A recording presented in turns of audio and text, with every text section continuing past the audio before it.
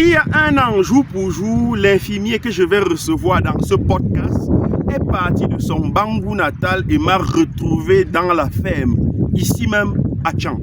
Lorsque je l'ai reçu, il m'a dit qu'il est infirmier diplômé d'État et qu'il voudrait quand même faire de l'agriculture, question de pouvoir joindre les deux bouts. Nous avons dialogué. À la fin, il m'a dit qu'il était beaucoup plus passionné par le fruit de la passion. À la fin de l'entretien, il est retourné à Bangou avec des semences de fruits de la passion. Je l'ai suivi à distance grâce à un coaching. Et aujourd'hui, il est retourné ici même au point de départ, c'est-à-dire Tchang, pour me présenter ses résultats. Vous allez être très bluffé. Au cours de ce podcast, vous allez retenir certainement pas mal de choses. Restez jusqu'à la fin de cette vidéo, vous n'allez pas perdre. Bonjour à toi, si tu viens de me découvrir à travers cette vidéo, je m'appelle Paul Raymond Tami, entrepreneur agro-pastoral.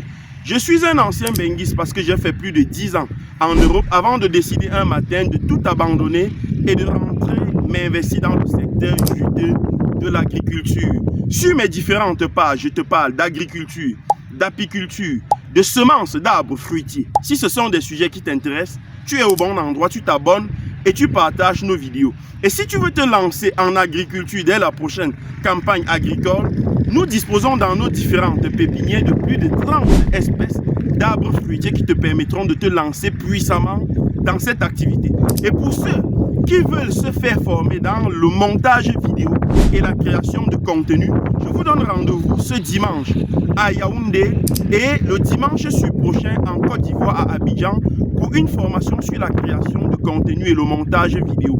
Si vous êtes donc un entrepreneur, peu importe votre secteur d'activité, que vous soyez maçon, menuisier, plombier, staffeur, médecin, mécanicien, avocat et que vous voulez avoir une présence effective en ligne, que vous voulez partager votre expérience en ligne grâce à la création de contenu et de gagner beaucoup plus d'argent, cette formation vous concerne. Donc si vous êtes intéressé, vous cliquez juste sur le lien dans la description, vous remplissez le formulaire qui s'y trouve et un membre de nos équipes pourra vous contacter pour vous donner toutes les modalités pour participer à cette formation.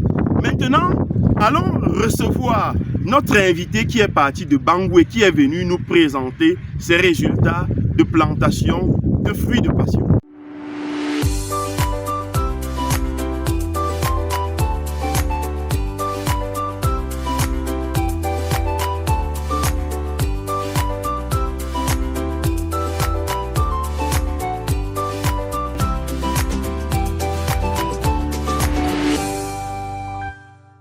Bonjour Dylan. Bonjour Monsieur Tami, bonjour. Comment tu vas? Ça va, et vous-même? Ça va.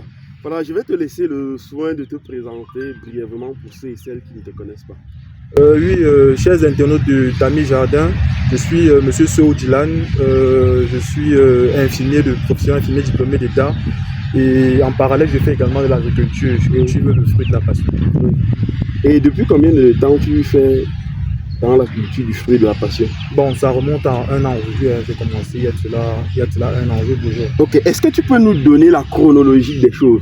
Qu'est-ce qui s'est passé? Qu'est-ce qui a tiqué dans ton esprit pour que tu te dises que je suis déjà infirmier, tu gagnes déjà l'argent, tu as un salaire et tu veux également pratiquer l'activité agricole pour joindre les deux bouts? Qu'est-ce qui s'est passé?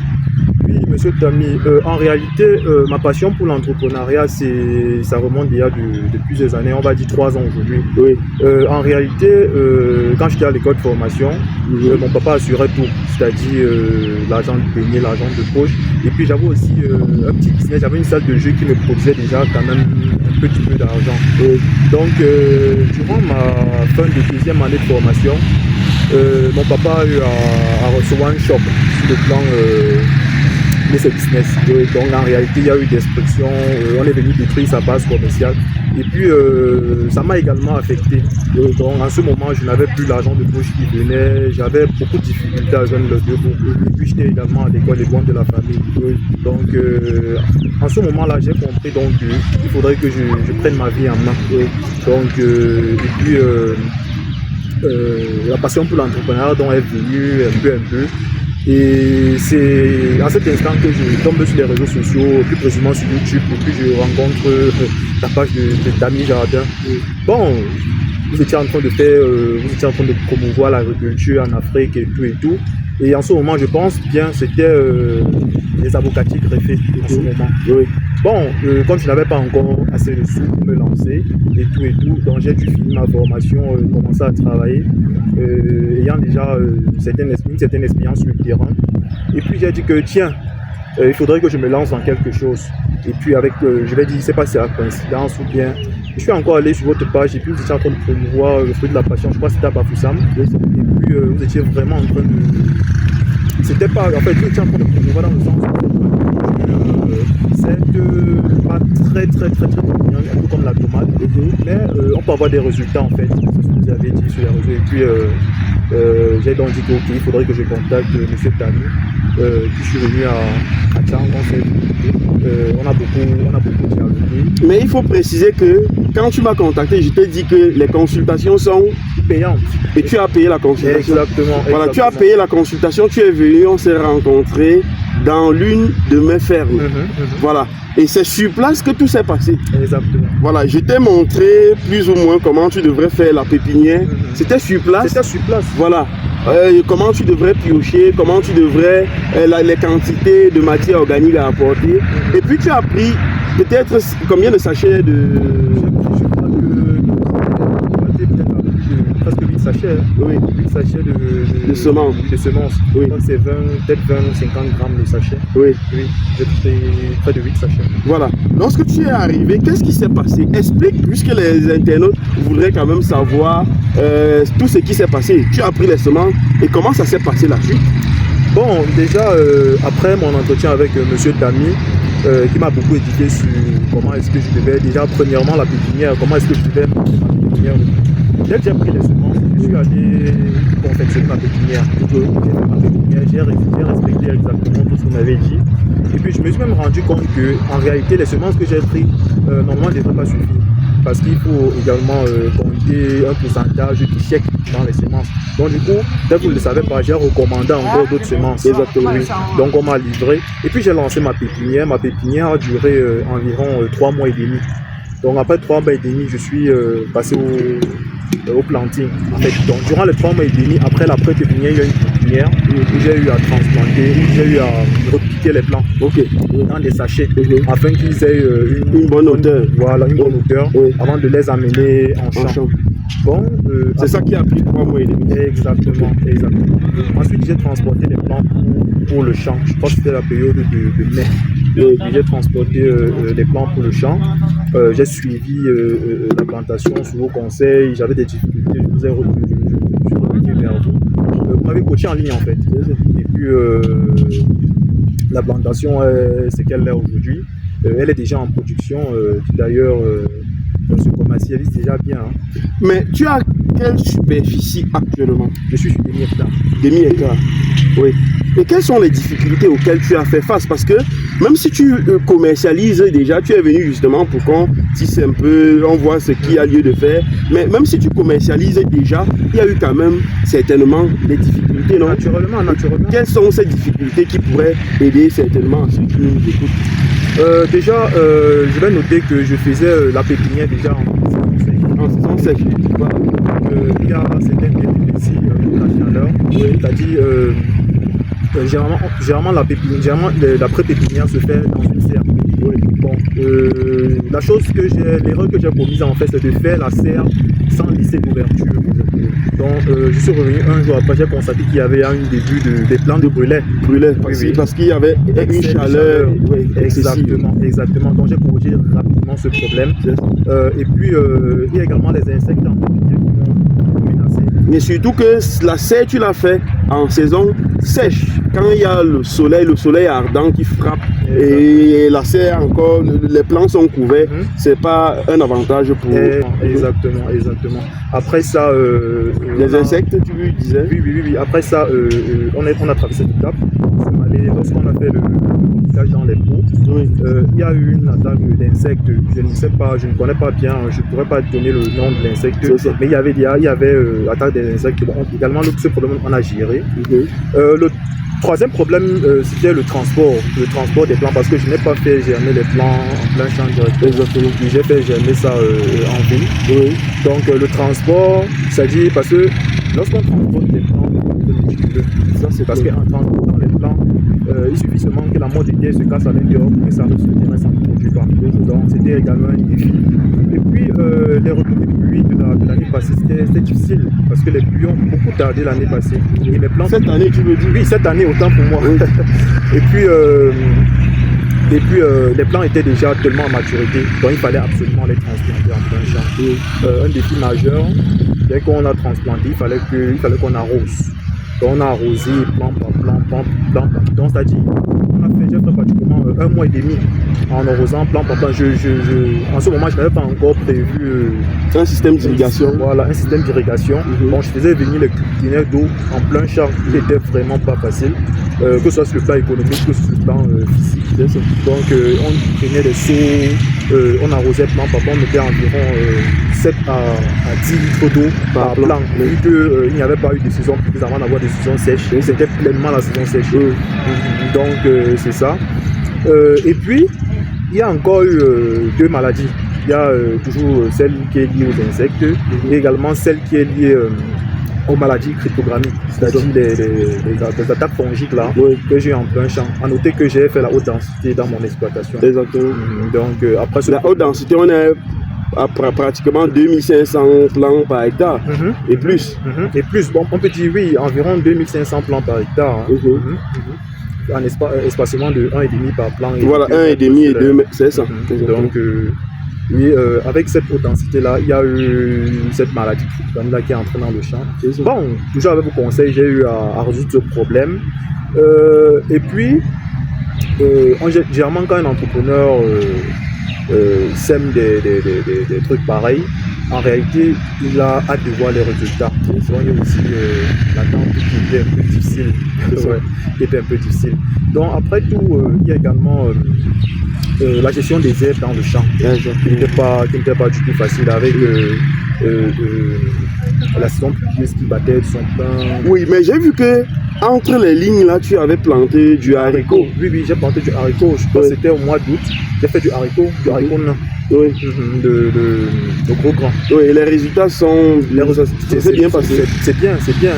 Bientôt, je vais passer à la récolte. Ah, tu n'as pas encore récolté? Non, pas du tout, pas encore. Ok. Mais les fruits de passion, tu les récoltes? Oui, déjà. Je les récolte déjà. Actuellement, nous allons à pratiquement 16 kilos par semaine. 16 kilos par semaine. Et elle se va grandissant. On peut atteindre les 25 kilos, les 30 kilos. Bon, les 15 kilos, c'est sur toute la plantation?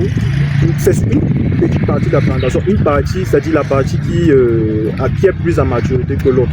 Ah, ok. Ça veut dire que les récoltes ne sont pas encore uniformes.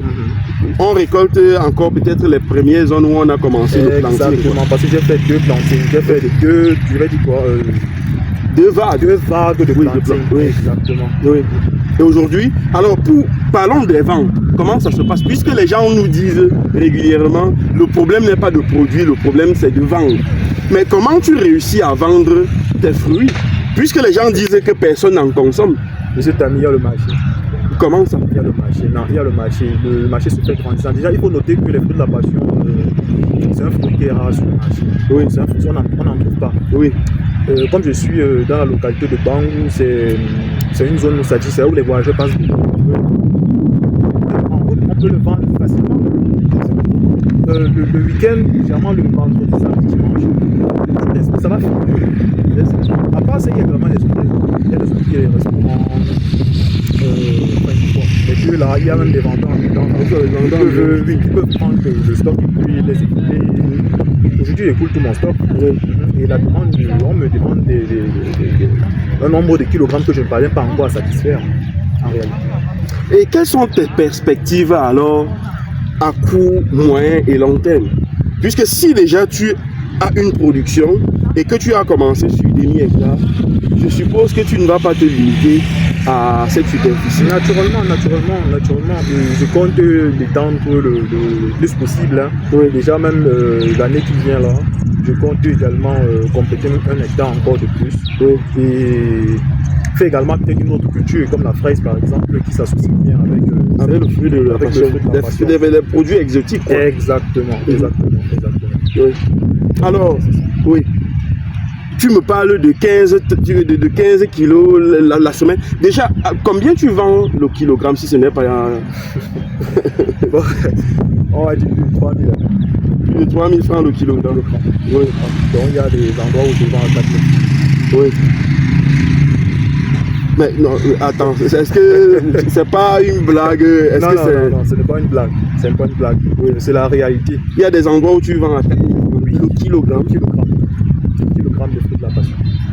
Bon, je vais quand même noter que tu étais parti avec les semences de fruits à petit calibre. Est-ce que ça ne te dirait pas aussi d'essayer des fruits à gros calibre? Exemple, toujours dans le fruit de la passion. Oui, toujours dans le fruit de la passion. Parce que ce que tu m'as donné tout à l'heure de déguster, c'était le petit calibre. Mais il y a d'autres qui sont plus gros.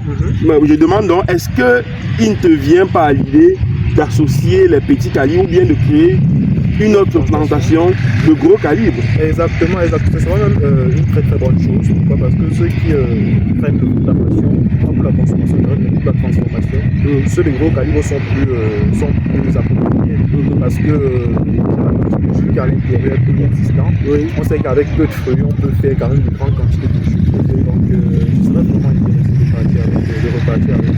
Voilà, pour te soutenir, je vais mettre exclusivement ton numéro au bas de cette vidéo. Comme cela, il y a des gens qui vont regarder cette vidéo, qui sont de la classe aisée, qui pourront te contacter et passer aussi la commande. Tu dis que tu produis, tu as déjà pratiquement 16 kg par semaine. Donc, en récoltant juste dans une petite zone, tout en sachant que quand tu vas finir, quand tu vas commencer à récolter sur le demi-hectare, probablement sera, je sais pas. Ça sera beaucoup. Hein. Beaucoup, c'est-à-dire peut-être 50 kilos. On peut atteindre les 50 kilos par semaine. Parce qu'actuellement, nous sommes qu'au début de la récolte, c'est-à-dire les premiers fruits. Les premiers fruits, vous les avez récoltés quand? Je vais dire, ça fait peut-être 2 semaines et demie. Hein. Oui. Parce qu'au début, je récoltais d'abord tous les 4 jours. J'ai récolté tous les 4 jours 2 fois. Oui. Et puis, j'ai récolté toutes les semaines. Il faut dire 3 semaines. Oui, je récolte. Donc, ce n'est que les débuts de production. Il y a tellement de fruits. Oui, tout en sachant que le mûrissement va grandissant. Les fruits qui mûrissent aujourd'hui sont les premiers qui se sont formés. Et au fur et à mesure, il y a d'autres qui se forment. Donc, ça veut dire qu'on aura les récoltes continues.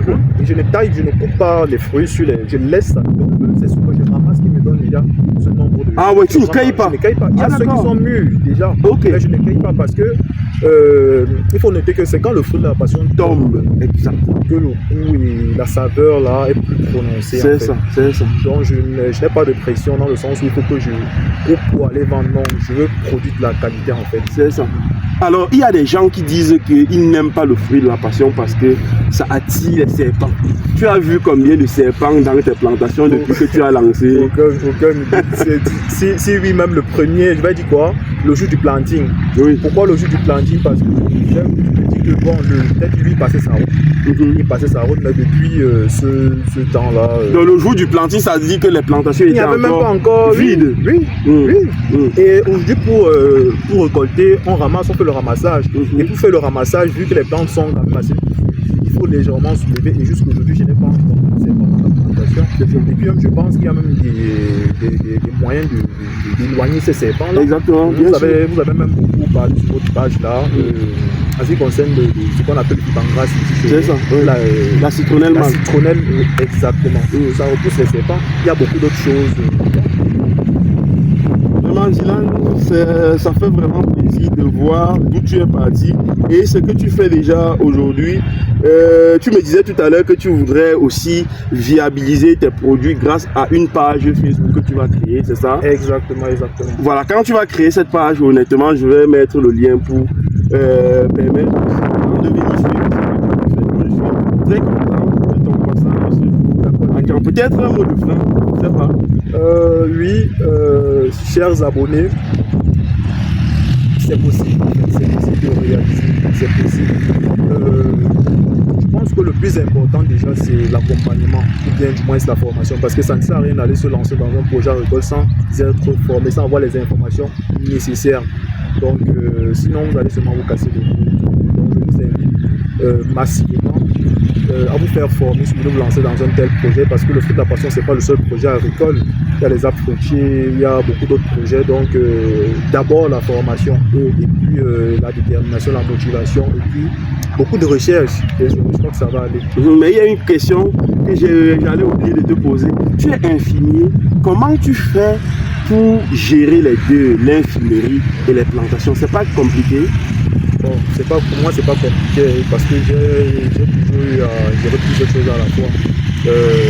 Bon, pour noter, hormis le domaine agro-pastoral, j'ai aussi d'autres business à côté. Donc déjà c'était une habitude pour moi, mais c'est faisable parce qu'avec mon domaine, on ne travaille pas tous les jours. Donc, je peux dire que je travaille 3 fois par semaine, 4 fois par semaine. Et puis le reste des jours, on peut dialoguer avec ses collègues pour voir comment organiser l'emploi du temps afin d'avoir assez de temps pour aller dans des plantations. Et ça dépend aussi des cultures, hein, bien sûr. Parce que vous ne pouvez pas vous lever pour faire la tomate, vous n'êtes pas aussi ça tous les jours. Donc c'est un peu ça. Donc en fonction également de son secteur d'activité principale, il faut également chercher un secteur en parallèle qui matche avec ça. Je ne sais pas sur les deux domaines d'activité en fait. Donc c'est ça. Merci Dylan. Merci Camille. Et bon retour à Bangou. Merci. Voilà les gars, vous avez très bien suivi. C'est la fin de ce podcast. Je vous donne rendez-vous ce dimanche à Yaoundé et le dimanche prochain à Abidjan, en Côte d'Ivoire, pour une formation sur la création de contenu et le montage vidéo. Donc si vous voulez avoir une présence effective en ligne et impacter beaucoup plus, peu importe le secteur d'activité que vous menez au quotidien, vous allez cliquer sur le lien dans la description, vous remplissez le formulaire qui s'y trouve et un membre de nos équipes pourra vous contacter pour vous donner toutes les informations pour participer à cette formation. À très bientôt les gars.